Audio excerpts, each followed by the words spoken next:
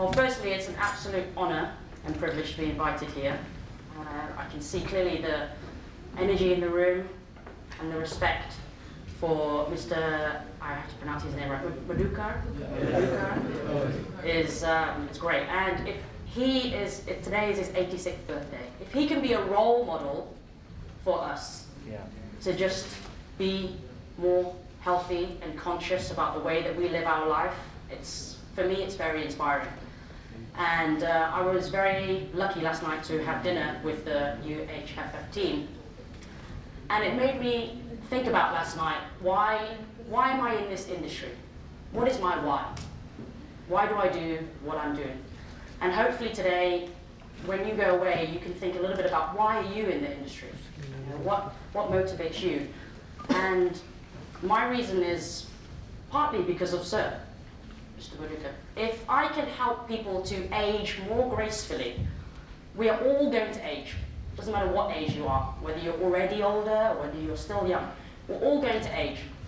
And if we can do it more gracefully with less pain and less suffering, whether it's physical pain or mental health is also a huge issue right now globally. So if we can all just work a little bit towards that by moving, by having healthy practices, then I think that we're in good shape.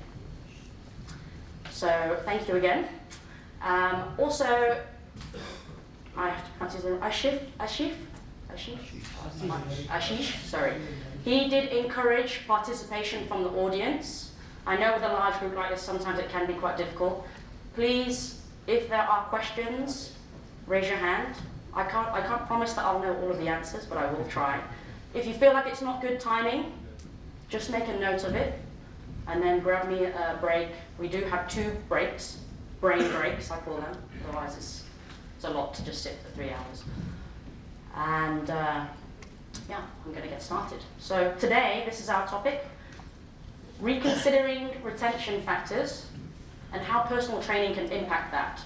So how can personal training help us to engage more of our members? And also, if they do personal training, how can we retain them as a client? So ideally, we want to create a win-win-win situation. As personal trainers, you get to help your client to achieve their goals and retain them. Win.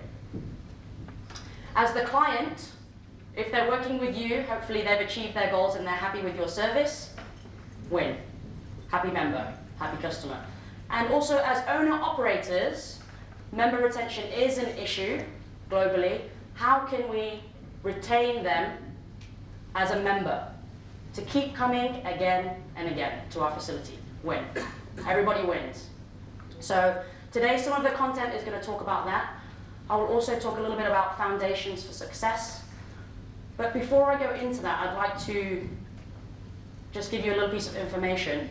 The UHFF also spoke about it. In India, an URSA report states that the member penetration rate is 0.15% as a country. 0.15%.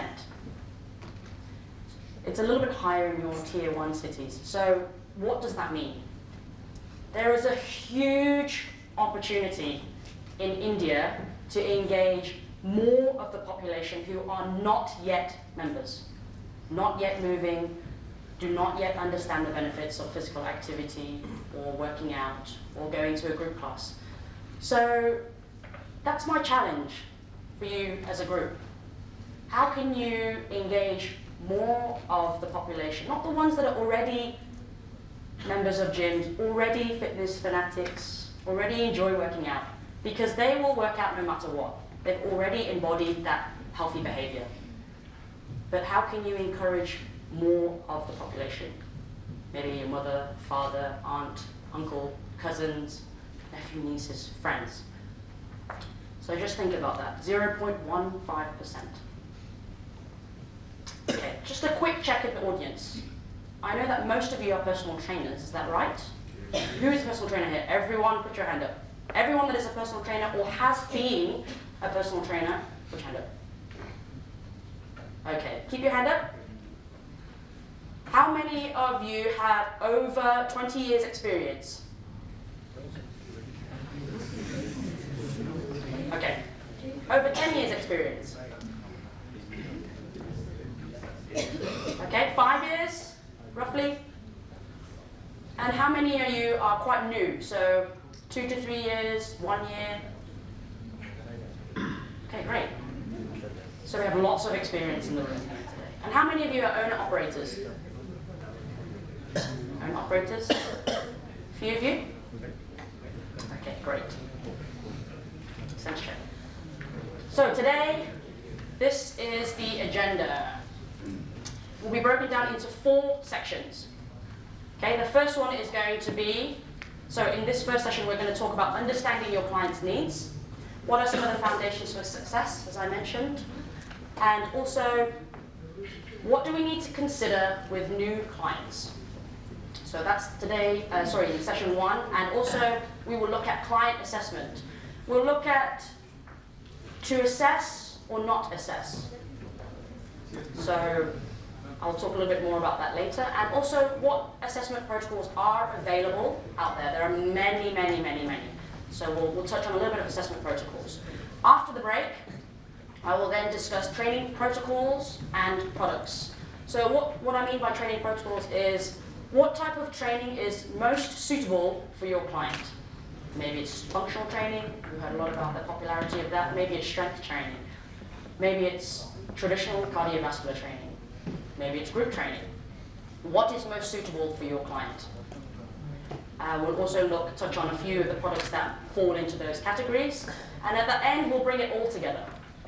How can we make an impact for, ultimately, results for your members and also to retain them as a client and a member? Okay, let's get started. So this is a potential client journey. What I would like to bring your attention to is the icons here, because what we'll do after this overview is I'm going to dive into a little bit deeper each component of the journey. Okay, so we've got, starting with a conversation, identifying potential barriers to success, establish targets and goals, assessment and specific program design, and also creating an ongoing partnership.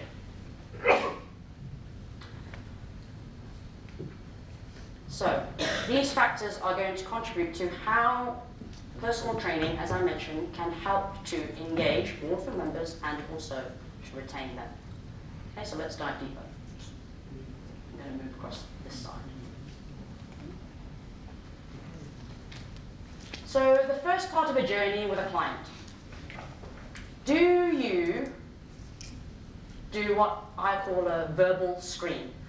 So for example, if your client is an existing client, they've been training with you for a while, and they come into the gym and they have a session with you, do you say, how are you feeling today? Perhaps there's a quick check-in from 1 to 10, on a scale of 1 to 10, how are you feeling? Because we're all human, and we're not going to be at 10, maximum energy, feeling great, happy, great mood for 100% of the time. So a quick verbal screen, check-in with your client every session, how are you feeling on a scale of 1 to 10, helps you to identify whether or not you can do the session that you've planned for them, or whether you need to adjust it and perhaps offer your client some choice. Maybe something's been happening in the background in their life that's affected them in terms of their energy levels, and they can't do that high intensity session that you've planned for them. And that's okay. The point is, are you flexible enough and adaptable enough to consider that and make slight adjustments to their session?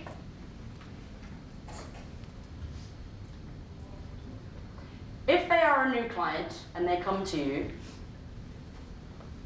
why now?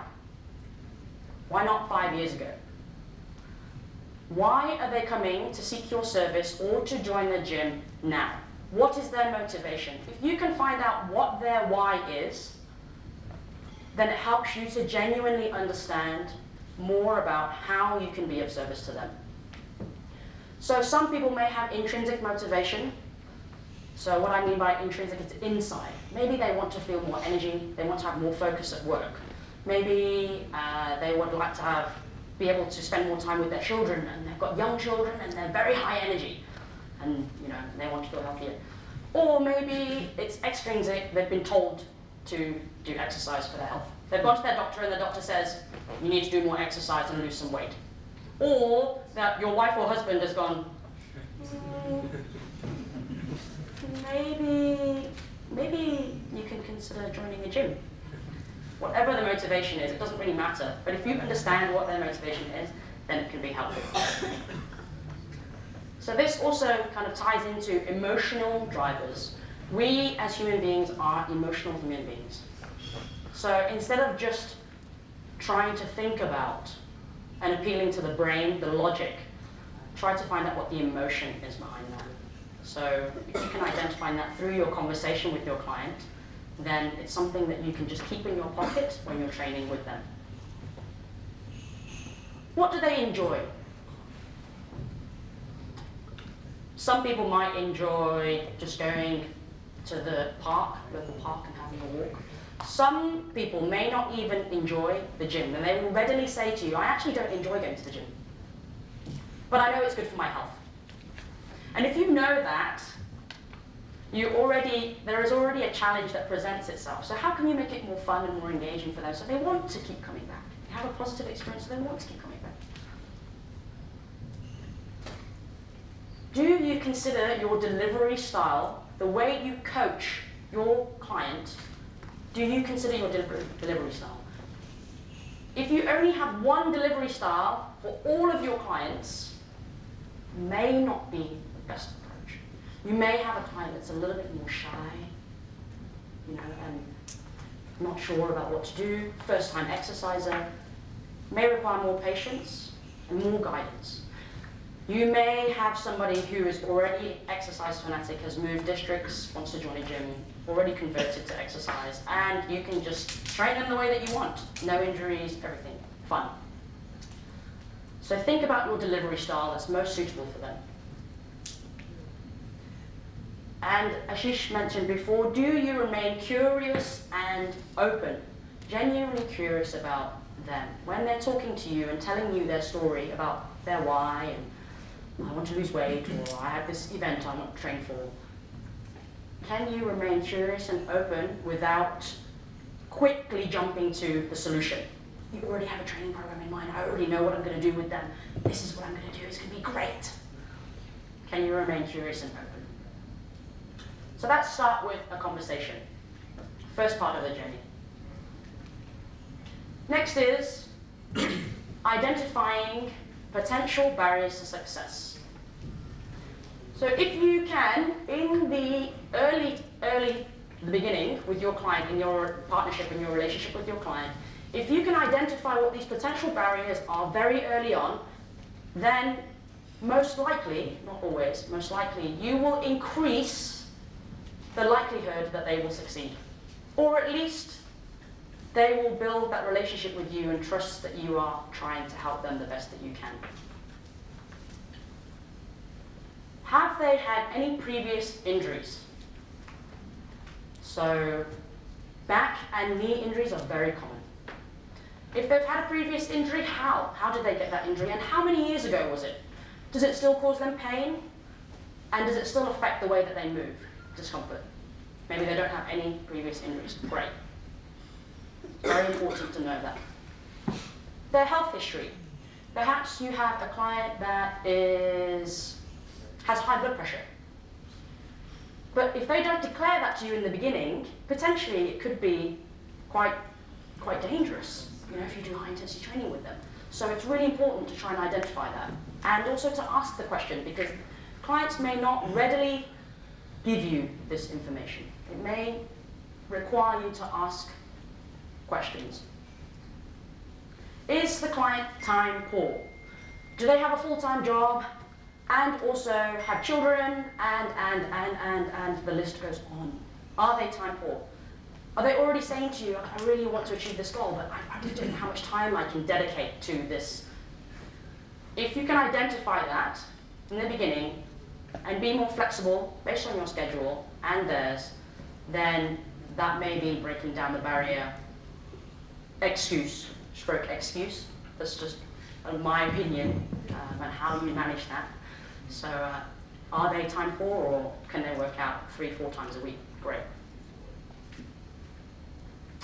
So another one on motivation. Are they motivated by appearance? They want to look good. Or social. I want to work out with a friend. I want to look forward to going to the gym or the class because I want to hang out with my friends. There is some research that I will talk about later on the data about whether you're motivated by appearance or whether you are motivated socially. If you're motivated socially, the member retention can increase by up to 10%. Okay, because appearance takes a long time for us to really see results, especially in ourselves. Other people may kind of see first. But social, it's immediate. You can go and have a workout with a friend and you can feel really happy afterwards. Okay. Okay, what else have we got here? Have they had a bad experience before? Perhaps you're not the first personal trainer or gym that they've engaged with, but they want to give it another go. So a colleague of mine, also a personal trainer, probably about 5 years ago now, told me a story about one of her clients. Excuse me. And middle-aged woman, and she wanted to lose, say, 10 pounds of weight. I forget exactly how much. She wanted to lose weight. That was her goal. And she thought, I'm going to get a personal trainer. Personal trainer help me to lose weight. And then she engaged with a personal trainer for 1 session. And then she was sore for 5 days. 5 days. And that for her was a bad experience. She no longer continued personal training. That was 1 session. That was a bad experience. But then when she engaged and wanted to try it in with the next trainer, because the trainer had asked, have you done personal training before? And then she told her about this experience. Immediately that personal trainer was like, okay, I need to go a little bit easier with this client, perhaps just to get them used to moving again. So have they had a bad experience before is really important. And also to check in with their goals. The goals in which they're sharing with you, are they realistic? Or are they unrealistic? What is the time frame in which they want to achieve that goal? You can help to guide them and be honest. As a professional, it is part of your duty to say, it's okay to say, I think that's great, we can do that. Or maybe we just need to reconsider some things. Also okay. Okay, so that's identifying potential barriers. Next, targets and goals. So we've touched on this, what is their why? So I'm going to move to the next one. Are they really specific about what they're hoping to achieve? Or is it quite general? I want to lose weight. Great. How much weight and in how much time? Try to be as specific as possible so that it's clear, and then you can break down that goal into more manageable chunks. And that leads to creating smaller targets. If somebody comes to you and their goal is it may seem quite overwhelming, then you can help them to break that goal down. So I had a client, he's actually originally from India, now moved to the US. I trained him in Hong Kong. And he came to me in January 2015 and he said to me, I want to train. And I was like, okay, great. Because I trained his wife. I want to train, okay, great. What are you training for? I want to reach Everest Base Camp. So I said, okay, great, that's awesome, that's great. How long? When are you planning on doing this? In 2 months. I was like, okay. In 2 months' time. So he came to me in January and he said, he wanted to reach Everest Base Camp. So I said, okay, it's going to be achievable, and I was really honest with him, it's going to be really hard work, really uncomfortable, and you're going to be pushed right to your limits, mentally and physically. Do you understand that? I really needed him to understand because the responsibility is his. It's his goal. He is just seeking guidance from me. So, he asked me for guidance. We worked together to create this program, how much time he was willing to commit. And in April, when he went on his trip, I got an SMS message from him, and he reached his goal.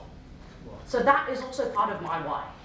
That was his goal, and I just helped him to achieve his goal. So that's also part of my why. Helping him to create what seems like a really big goal, and just break it down day by day. How much time can you commit? How much time are you willing to give me? Because he was only willing to give me 3 hours in a week. The rest of the time was up to him. So just be really, really honest with your clients. So that we've touched on as well. How many times per week, or how much time are they willing to give you as a personal trainer to reach their goal? If they say to you, I just want to train once a week for 1 hour, there are many other hours in a week. So the responsibility, as I said, is partly yours, but mostly theirs. And the time frame, which you touched on. So the next part, assessment and specific program design. So once you've got to this stage, you've had a conversation with them, you've identified what the potential barriers for success are, and then you're moving on to the next stage, which is getting started. What are the relevant assessment protocols for that particular client based on the goal that they're hoping to achieve? So if it's related to strength, maybe there'll be some strength tests in there. If it's related to cardiovascular, maybe there'll be some cardiovascular. So is it specific to their goal? Have you chosen in your program design specific exercises that are tailored to them? Because after all, we're talking about personal training. Is it tailored to them? Suitable training variables. Are you offering variety also in the program, or are you only doing one modality? Or is there variety? So is it just strength, or are you doing strength combined with cardio, combined with a little bit of group training? Have you considered the appropriate regression, so going backwards, or progression? Because once you start training with a client, maybe they'll surprise you. Maybe they are in a better form than you anticipated. So if you can progress them, then that's great. Or maybe they are not yet at the point where you thought they were, and you just need to pull back a little bit. How can you build in choice? How can you build in choice for your client so that you are empowering them to take responsibility for their goal? They are also accountable for that. How can you build in choice and bring them along the journey instead of dictating to them, this is what we're going to do? So an example of that may be, you give them 2 options for one training day. You come to train with me and I see you and I do a verbal screen. Hey, how are you doing today? Checking in with you. And then I may give you an option A program, which is higher intensity, heavier weight, reps, time and attention, less rest. Option B is exactly the same program, less weight, simply less weight, maybe a little bit more rest, but more effective based on how you're feeling today. So 2 options, building in choice. And the last part. How can you develop more of a consultative, professional partnership with your client? And there is a term called trusted advisor. So there is a guy called David Meister, I believe his name is, and he created the trusted advisor model. So he was a Harvard Business School professor and also a world-renowned consultant. And this model, basically in summary, suggests that most of his clients do not seek his advice because of his expertise, but because they trust him. So if you can gain trust in your partnership with your client, then that can help in also achieving their goals. So is your partnership with them what I would call transactional? Like you go to an ATM, put your card in, beep, beep, beep, gives you the money. Transaction done. Or is it more interpersonal? So is it more of a personal relationship that you are cultivating with your client? And what different responsibilities do you have? So based on their goal, maybe it's just simply physical activity, but maybe they want more. Maybe they want more of a holistic program. Maybe they're asking you that, you know, oh, what do you think about sleep? Or what do you think about diet? What do you think about, I'm really stressed at the moment. What do you think about all these things? Maybe there's quite a lot of responsibility, but how do you then manage that also with your client? So I talked a little bit about this, a directive, telling them approach, or a co-creative, bringing them along, working together to achieve goals, co-creative approach. How can you offer continuous guidance and support for your client?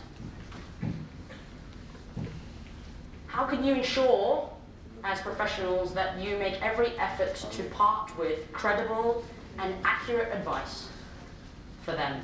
So if you've built a trusted advisor relationship with your client, and perhaps they come and ask you something completely unrelated to fitness. Maybe they're like, have you tried that new restaurant, even? You know, that's part of a trusted advisor, part of the model as well. So how can you part with what knowledge you have, working within the knowledge that you currently have, and help provide that support to them? If it's not within your current realm of knowledge, and that's okay, do you refer out to another professional? So perhaps you have a client that has been training with you for 6 months, and then all of a sudden they twist their ankle. But maybe you're not comfortable with advising them on how they can go about healing that. Do you then engage together with, let's say, for example, maybe you call it physiotherapist here, or physical therapist is also known. Do you also partner together with other professionals to collaborate in the best interest of your client? Because you can work together with other professionals, and then it's a great opportunity for you to learn more from them if you work together. So do you refer out? Okay. So we're going to move on. What is the role of a trainer? So here, there are quite a few roles and responsibilities that a trainer can have. You may find yourself in different situations having different responsibilities. That's also okay. So what I've observed in personal training, some of the trends across the globe, is personal trainers are no longer being one-dimensional, focusing on one specific type of training. They are becoming much more holistic and integrated practitioners. What I mean by that is they want to learn more about, if they're not already a strength trainer, they want to learn more about that. If they're not already a group trainer, they want to learn more about that. Maybe they want to learn more about nutrition. Maybe even other lifestyle factors they want to learn more about. So they want to consider, how can I best help my client when they come to me and say that they're really struggling with sleep? So, for example, some people may become health advisors. So some people are combining the training of the physical body together with mental health, or even executive coaching, which is more leadership-based. So they're combining leadership coaching for people in the corporate world, helping them to move their body and also manage their lifestyle to better perform at work. So these are some of the roles in which trainers may have. One point for consideration is, how can you, or how can we balance physiology, so as I mentioned before, our body, how can we balance physiology with psychology? So a lot of the points that I spoke about before, involve understanding some things about your clients too. So psychology is also a component that is important to consider. How many of you in this room here have recently or now considering upskilling yourself? So what I mean by upskilling is doing a new certification or moving into another area which would complement your current skill set. Okay. Right. And just to check in, what sort of subjects are you considering looking at to complement your current skill set? Anyone?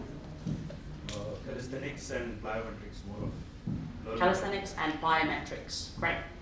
Anyone else? Even parkour. And parkour. Is parkour quite popular here in India? It is becoming. It is becoming more popular. Okay. Anybody else want to pitch in? Quiet. No, Rachel. Okay. All right then, let's move on. Before we move on, let me just make this one point. As your role as a trainer, how can you consider matching the level of challenge in your program to where the client, hello, to where the client is? Okay, so as I mentioned before, some clients that come to you or members, it may be their first time engaging in a personal trainer or a gym. So that in itself can be quite intimidating. You know, they've been thinking about it for a long time, and then finally they consider doing that. So part of the role, I believe, as a personal trainer and a professional is to make it less intimidating for them, to help the member and the client to have a positive experience. So we all, as humans, want to have positive experiences. So if you can help them to create a positive experience, they're much more likely to keep coming back again and again. If you think about your favorite restaurant, think about your favorite food, you've had a positive experience, that's why you keep going back again and again. Personal training and also going to a fitness facility is the same. Helping them to have a positive experience so they can keep coming back, and that will help them to achieve their goals hopefully, and then retain.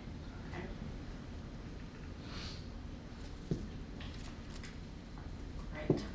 Okay, so here is a summary of the things that I've spoken about. Some of the things I've spoken about. So understanding more about your client's needs is very important, as we've spoken about, some of the key things there, and supporting them to achieve their goals.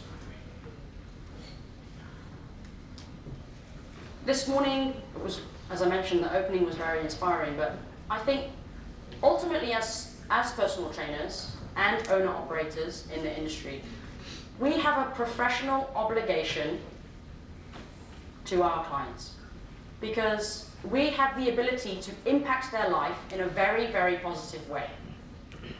If we, if we consider it, really consider it. If you really take the time out, what are you doing with your client? What are you doing with your members? You really have an opportunity to impact their life. And they may start with you, and then maybe they'll only train with you for a year or two, but if they're still training in 5-10 years' time, and they've learned something from you, and you've parted that knowledge with them, that is your contribution to the bigger picture.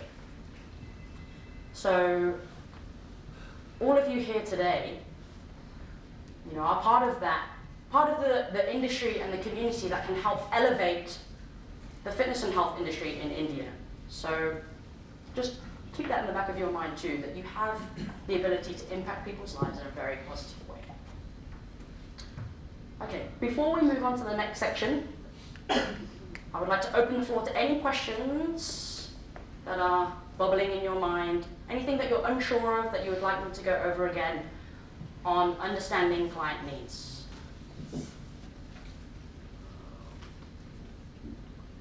Anyone? As you start training in different criteria, as in different age group, as you get to a older age group, which I am recently, Yep. More so, my earlier age group was more between 25 and 50.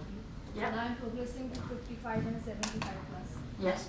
So in those terms, the reassurance of the need from us, or the importance of trust, Yes. and rebuilding it again and again Yep. and again. Some of them are so fearful of things which they used to do before, and now they've forgotten, or they Yeah. don't have the confidence to do it again. Yep. So every day is a challenge until you really feel that the person is completely trusting you. Yes. So that is what I'm learning right now. Yes. So psychologically, as you said, Yep. it's much more important than just just spending time with them. It's more about convincing them. Yes. So don't help. Yeah, that's great. And the fear, it's very difficult to fight that. Yeah. Block do they have in their mind?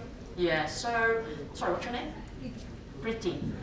So, I don't know if you can all hear that Priti's telling me about, or us about, her current clientele now have her demographic has changed to 75 plus.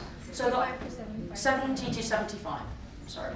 So older adults, and some of the challenges that she's experiencing are not necessarily physical anymore, but psychological. Because as we grow older, we may be less confident in doing the things that we did before.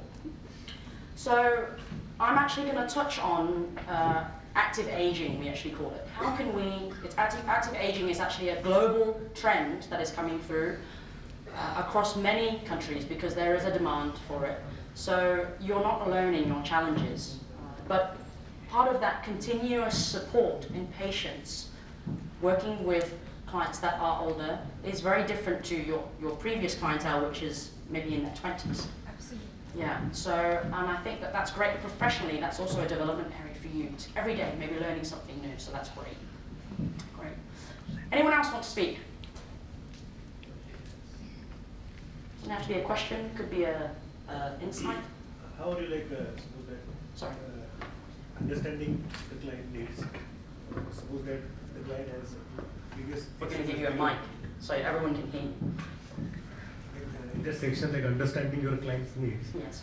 some of the clients, like those have bad experience previously, and like injury or like maybe unprofessional behavior or type of like that. Yeah. So how are you dealing with that? How are we dealing with that? With understanding client. Yeah. When you, so if, firstly, if they've told you, so if you, in your conversation, if they've told you that I think is the main point. Because once they've explained that they've had a bad experience, you can then think, what was the bad experience? Were they overtrained? Was it too much? Or maybe even undertrained? So perhaps somebody who's really active went to the gym to train with a personal trainer and they had really high expectations. They were really excited and they're like, yes, I really want to train with this trainer. But it didn't really meet my expectations. Part of asking questions and that consultative approach is, I would probably, in this situation, ask that client, did you then speak to the trainer at that time to help you, to give you something more progressive? Because that's where the responsibility comes in. I, as a trainer, have a responsibility to ask questions to my client. But the client also has a responsibility to feed back to the trainer if they're not getting what they want. Because after all, you are offering them a service and they're paying for your service. Yeah. Right? So they also have a responsibility to ask you or to tell you, you know, it's not quite what I'm expecting. And also as personal trainers, it's for you, it's how do you then take on that feedback and go, okay, great, thank you so much for your feedback. Let's work together. What is it that you would like more? How can we change that? So I don't know if that does that answer your question? Yeah. Just think about asking questions. Yeah. Thank you. Anybody else? Before we move on. No. Okay, well, thank you. Right, so we're going to move on to client assessment. This is a definition from NSCA, which is the National Strength and Conditioning Association. You don't have to, I'm not going to read through the whole thing, but basically the main points are, the purpose of an assessment is to gather more information about your client. Gather more data points about your client. Okay, so that's the first thing, gather more relevant data. Also, their health history. So injuries would also fall under health history. And then using all of that information to create an effective program. Also a suitable starting point for their training. So when you're writing a program, what's the suitable starting point for your client? It's going to be very different for all clients, from a 20-year-old to a 70-year-old. Their starting point, unless you're Mr. Maluka, may be a very different starting point. So how can you use the data that's gathered, relevant information about your client, their health history, to create the most effective program for that? Okay? So that's the main things. You don't have to read the whole thing, but they're the main things that you take away. See if we're still working.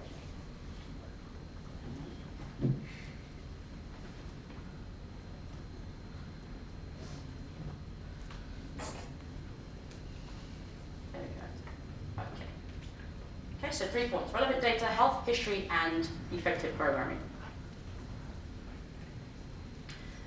One thing to consider about assessments is, just because you can assess your client doesn't mean that you should. So just because you can assess your client does not mean that you should assess all of your clients with the exact same assessment each time. And the reason why I say that is because part of understanding why you're assessing your client is it relevant for them, and is it necessary? Is the data that you get from the assessment going to be motivating for them? So I've used the example many times, but maybe somebody's training for weight loss. At the beginning, when you do your assessment, you put them on the scales, and then they train with you for a month. They train with you for a month. But during that time, life has happened, and they intended to train with you twice a week, 8 sessions, and then they've only been able to come 4 times a week. And then you put them on the scale again in 1 month's time. Do you think that that's going to be motivating for them or demotivating for them? Maybe they've lost a lot of weight and that's motivating, but maybe they haven't. So it's also part of the consideration is the assessment that you would like to do with your client. Is it necessary and is it relevant based on the character and the individual that you're training? Assessments can act as a great foundation for you to revisit now and then, but just consider the timescale in which you're planning on assessing or reassessing your client, and is it still relevant? Because their goals may change and evolve over time. If you've trained with someone for 5 years, the goal in which they started training with you in the beginning versus the goal in 5 years' time may be completely different. And if you're still doing the same assessment, may not be relevant. I can just add on to this. Absolutely, the way you was telling us. I've been training our members for 10 years, suppose. Initially, when we started, we used to really do the body assessment and everything. Yeah. Over the years, as you're saying, it is so apt that it really becomes unimportant to that extent. Yeah. It's just a figure. Yes. Of course, you Correct. can understand when you're getting fitter. Yeah. You start losing, like you started fitting into a smaller size clothes. Yeah. Or you can climb the stairs faster. Yeah. So these things are much more important to understand, or they start valuing that more than Yes. just the number on that scale or whatever the fat person. Yeah. So educating them and making them realize that fitness is much more beyond this assessment. Yeah. Yeah, and it can be, it's not just about the goal, but the change in the sustainable behavior. And that's what health is about. We can sustain that change in behavior, then we can continue to have healthy practices in our life. Thank you for So that. out of 10 members, suppose, maybe 5 might be really wanting to do the assessment, so we customize it according to person to person. Yeah. If the person is really like stick to something, like they have a goal and a fixed thing, and they want to do it, then we do the assessment. Otherwise, if the person is more than like 5 years with us, Yeah. so it becomes understandable that they don't need it. They don't want that rather. Yeah, and then maybe that, to your point, is you just ask the member, would you like to have the assessment? Maybe some people are really motivated by data, but maybe some people aren't. With the increasing technology, wearable technology, steps, calories, all of this kind of stuff, there is so much data out there. But if the data is not translated to be meaningful for your client through your coaching, so through your conversations with your client, we've done the assessment, what does that actually mean to your client? Then it is just data. It can be misinterpreted data sometimes, okay? So, and you may find that clients' goals will change based on what they're doing in their life now. So maybe I decided I want to train for an event all of a sudden. So then it's no longer just about health, it's specifically for an event. Could be one example. All right, good. So we're going to move on to what type of things can we assess? This will just be an overview of the things that we can assess. So we've got your kind of standard traditional assessments. We've got your weight, your BMI.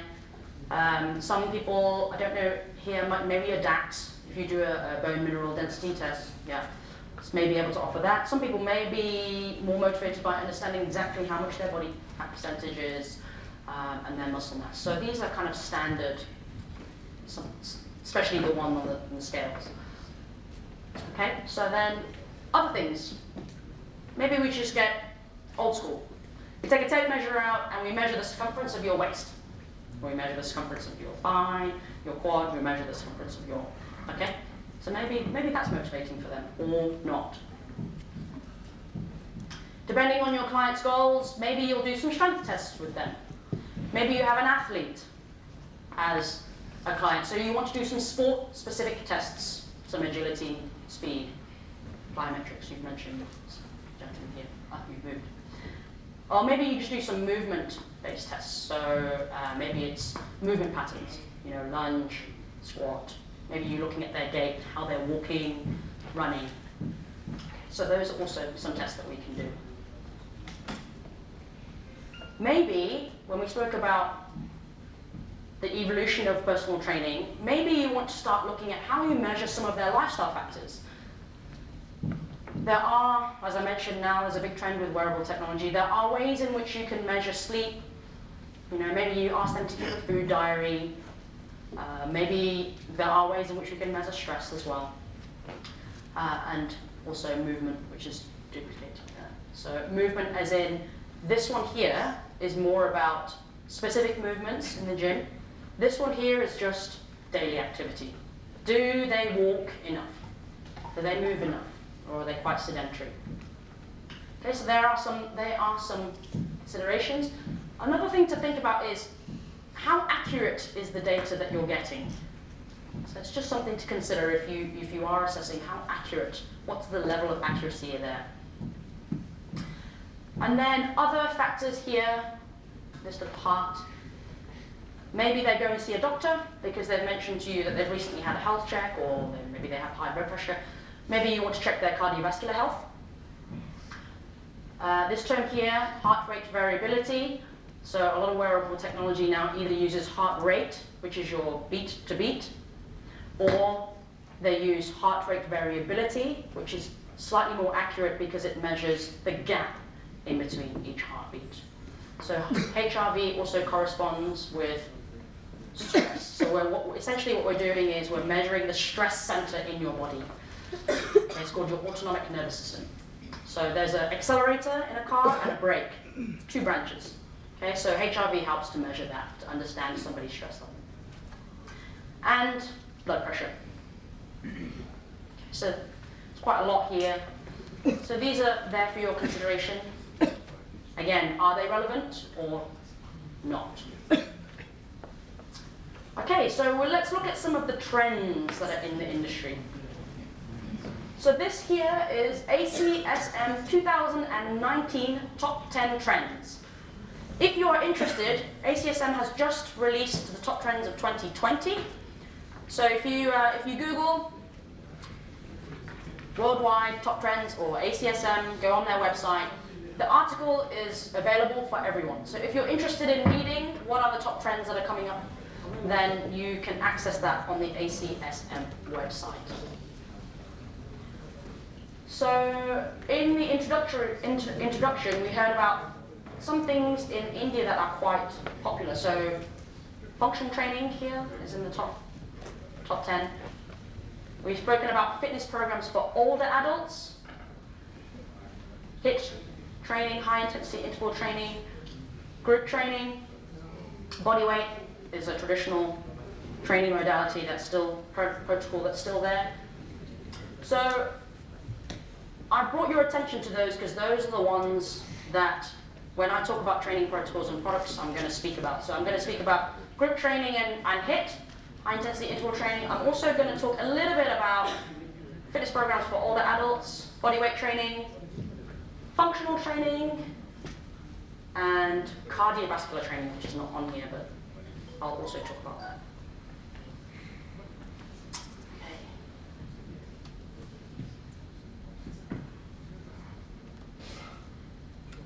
Okay. Any insights? It's a little bit of talking. Any interesting thoughts? Okay, let's move on. I think. Okay, I'm going to press on to training protocols. I'm ahead of schedule. So we'll keep going until the break. Okay, so the next part of the presentation, we're going to talk about training protocols. So what is most suitable for your client? What type of training protocol is most suitable for your client? Is it, we saw in the video before, this is an MX4 setup, so it's small group training. I will talk a little bit about what is the difference between small group training versus circuit training later. But this setup here in particular is small group training, MX4. As somebody observed in the audience, it is functional. There is a lot of equipment there that is functional training. Okay. So is this training protocol suitable for your client? Or maybe your client falls into the active aging category. As I mentioned, it's becoming more popular, and you saw there from the ACSM top trends that it is definitely part of the global trend. It's not just exclusive to some countries. So part of this MX4 active, it's program and also equipment, but they, sorry, MX4, yeah, and then this now they have evolved this year specifically for the active aging population and the deconditioned. So it's the same programming as MX4, but there are specific program considerations for the older adults and also deconditioned. So they can do group training also. Is cardiovascular training suitable for your client, or bodyweight training? Maybe running as part of their program is not suitable for them because they have ankle, knee, or hip injuries, or even back. Maybe it's not suitable for them, but maybe it is. So, but if it isn't, what could be an alternative? So these are the things that you can consider. What would be a great alternative to that? So they can keep moving and not stop, but just change the programming and vary it slightly. Maybe resistance and strength training is great for your client. But this particular movement may not be suitable for all of your clients, but it may be great for some. Something to consider.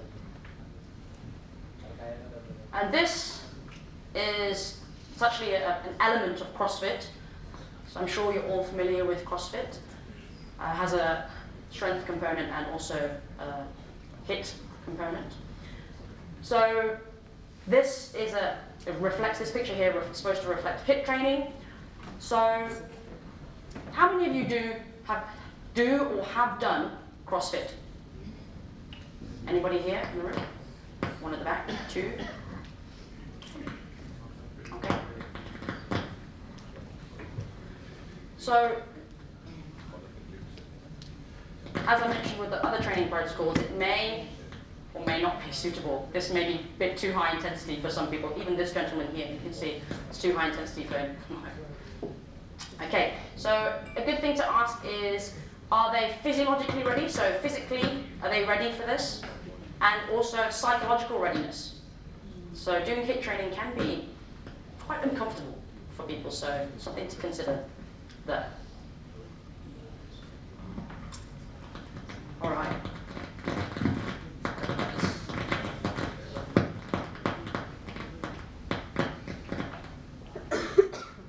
Okay, let's move on. Strength training.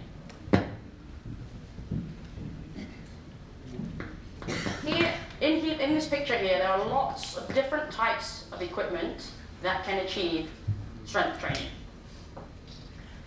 Okay, so the main point is, if the client's goal is strength training, it can be achieved by many different types of equipment. Okay? So some of your clients may prefer working on specific types of equipment. So we are creatures of habit. We do enjoy training in a specific way. Some of your clients may even have had the same training program for many years. So the point is here is, do you offer variety within this training protocol of strength to help them to continue to achieve small little goals and to get results? So this particular piece of equipment selectorized is a shoulder press. Not sure if you can see because of the lighting, but there are two options here for handles. This piece of equipment has 10 variations with the 2 different handles and 5 different movements before I even change the weight or any of the programming. So before I change the weight, before I change the rest, before I change the time of attention, all of reps, all of those different things. So it is worth considering that there are different ways in which we can use one piece of equipment in order to get variety. It doesn't necessarily have to be a complete change in training protocol. Okay, so the main point is,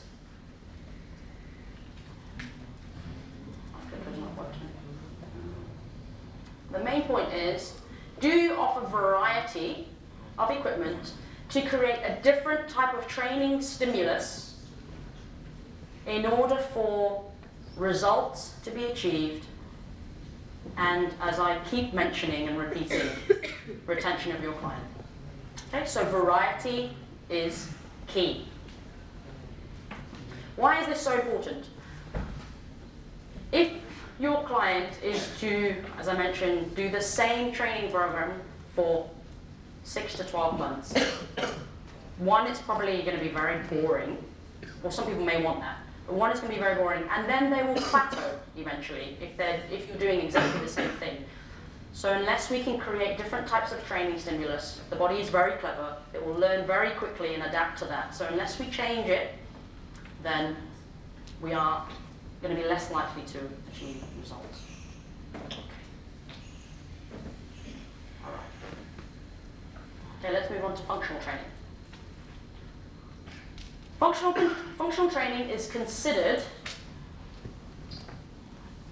to be a type of training modality or program that is preparing an athlete, somebody that plays sport, preparing an athlete for their sport. What if your client is not an athlete?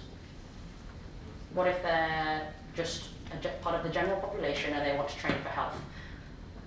Then you might not want to train them like an athlete. What if they just want to train for life?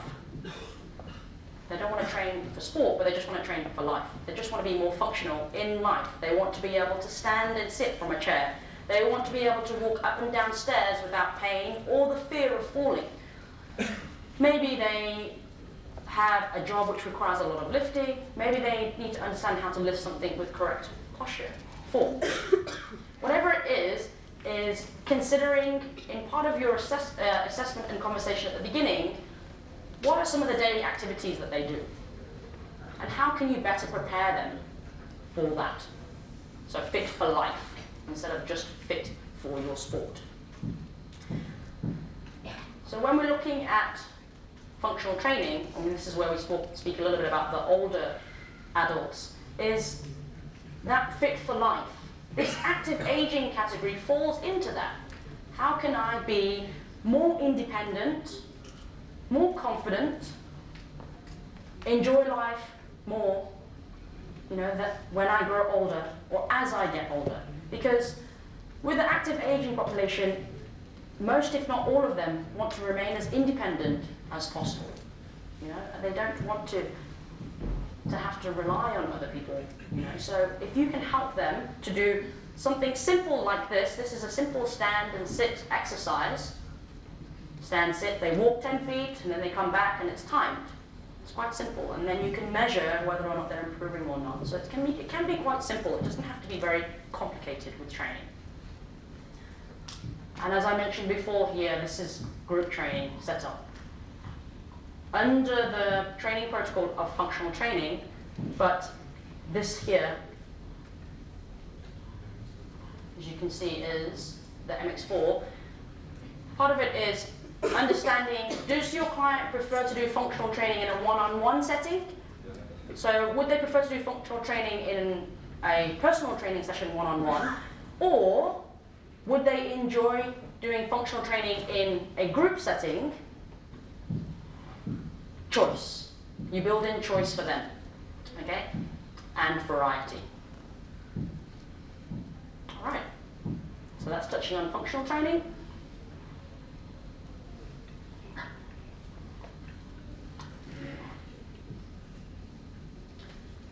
Group training and HIT concepts.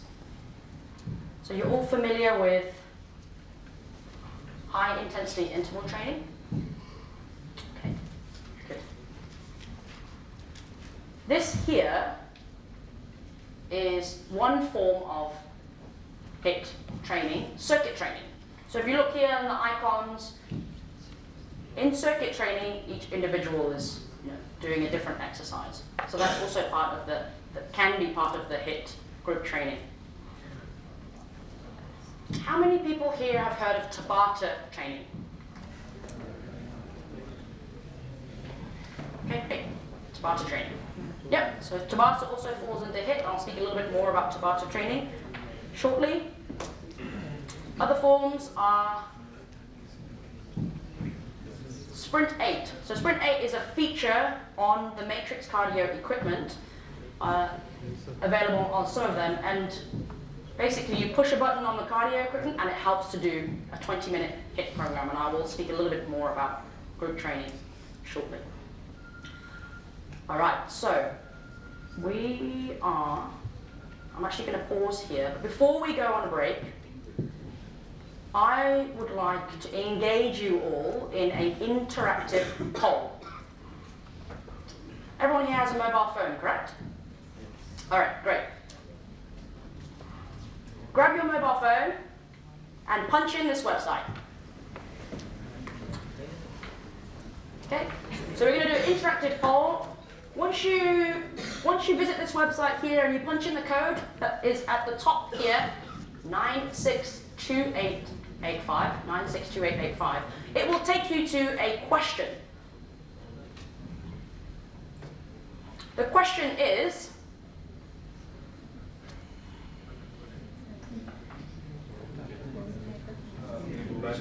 sorry, yes, of course.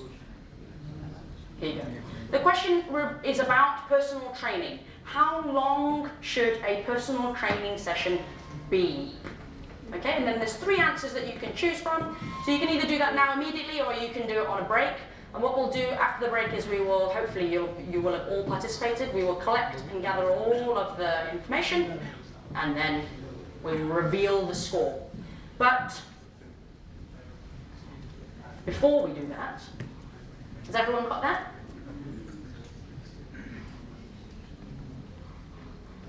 Okay, we're going to take a short 15-minute break.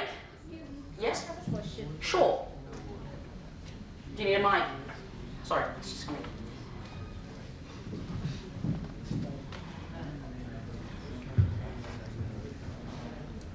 As a trainers, we were talking about this assessment and suitable programs for the clients, right? Yeah. But what we have came across nowadays is most of the clients are being information techies, right? So they prefer doing a Google or a YouTube.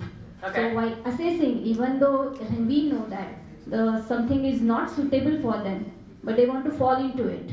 So how to convince them and convert their mindset to go away from the Google and YouTube, because this is nationwide. Yeah. So the age is not an issue over here. Maybe a 60-year-old wants to do a Tabata. Yeah. Yeah, because he feels it's a fun activity. Yeah. But all the assessment is not showing that it should be. Yeah. So how to convert their mindset? And I think that comes back to the consideration of physiology versus psychology. So part of the responsibility as a personal trainer is you here are all professionals.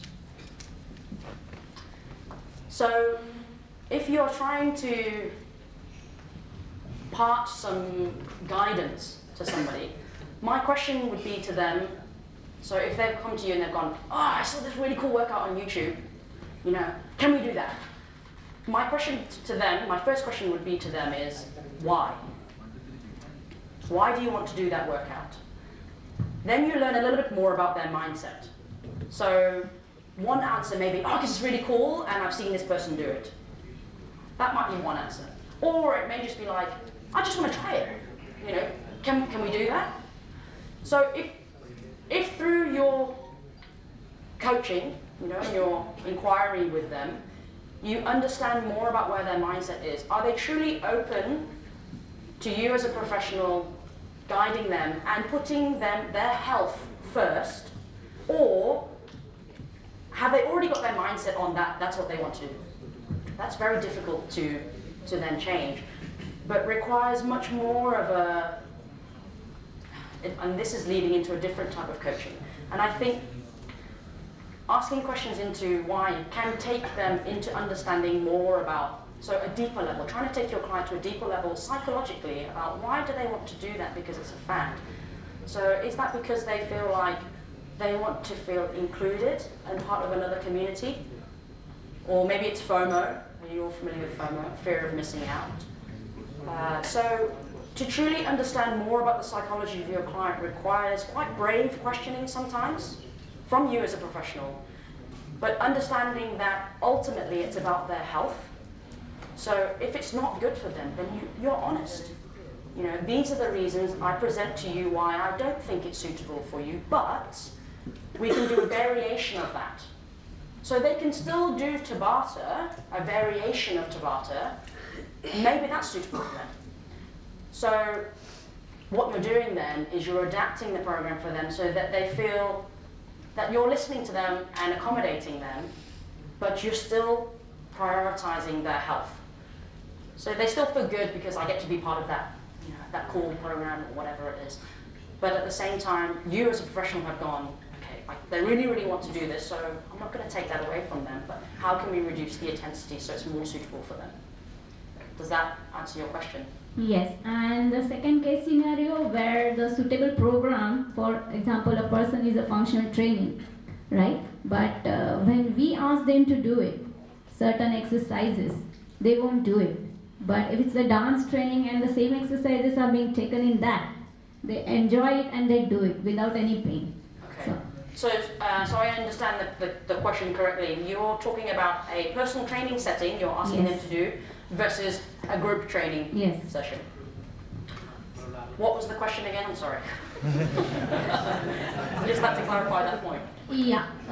For example, if there is a dance batch going on, for example, Zumba. Yeah. All right. And I have a personal trainer client who always complains about having a knee pain. Okay. Right.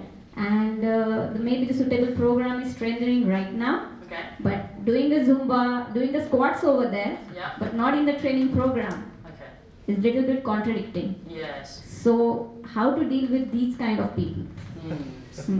Can be quite challenging. So, some people, remember I spoke about before about appearance versus social? Yeah, and then I just spoke about now in terms of how comfortable are you at going to that place with your client and getting really honest with them? Really honest. How are you being of best service to that client in the here and now? So, first I would ask them, if they're experiencing pain in the personal training session, so let's address that first.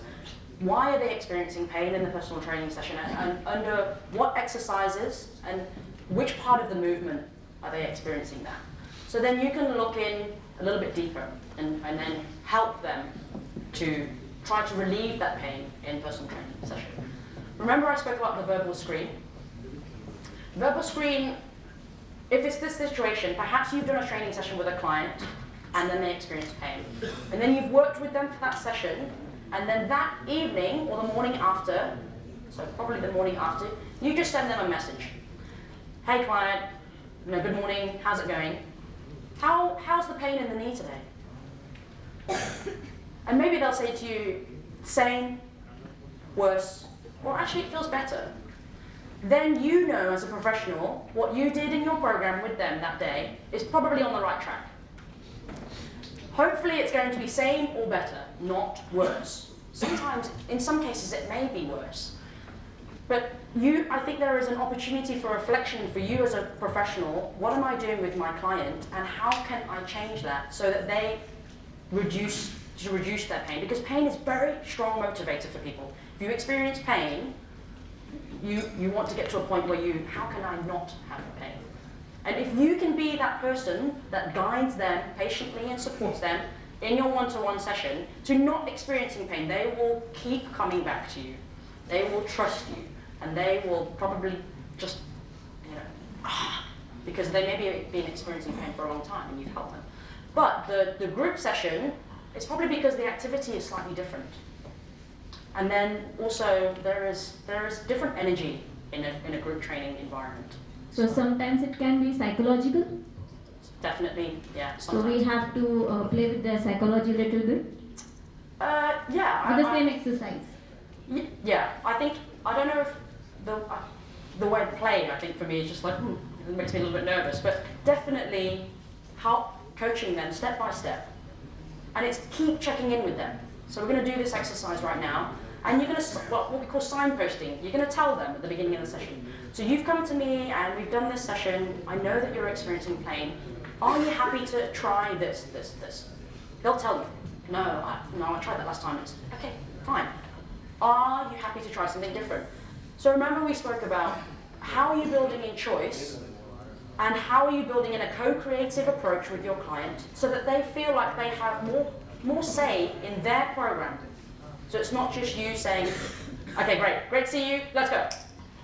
We're going to do this. And then they're like, oh, okay. But maybe inside they're feeling like, they don't expect it. So you're signposting and guiding them, a bit like Google Maps. When she tells you to turn left and right, you're doing the same thing. Okay. Taking through variations to the ultimate exercise. Taking them through a variation of exercises to reach that exercise. It is that clear? If somebody is experiencing pain, it may take a long time for them to get out of that. Yeah, so you may have to work on the same exercise for a period of time for it to stick and for them to receive improvement before you change. Because too much variety, changing, it's difficult for you as a professional to understand actually what helped and what didn't. So what worked, but what didn't work. So if you had too much variety in one session, you might not know what helped and what didn't, or what was the same. So hopefully that's helpful. Thank you.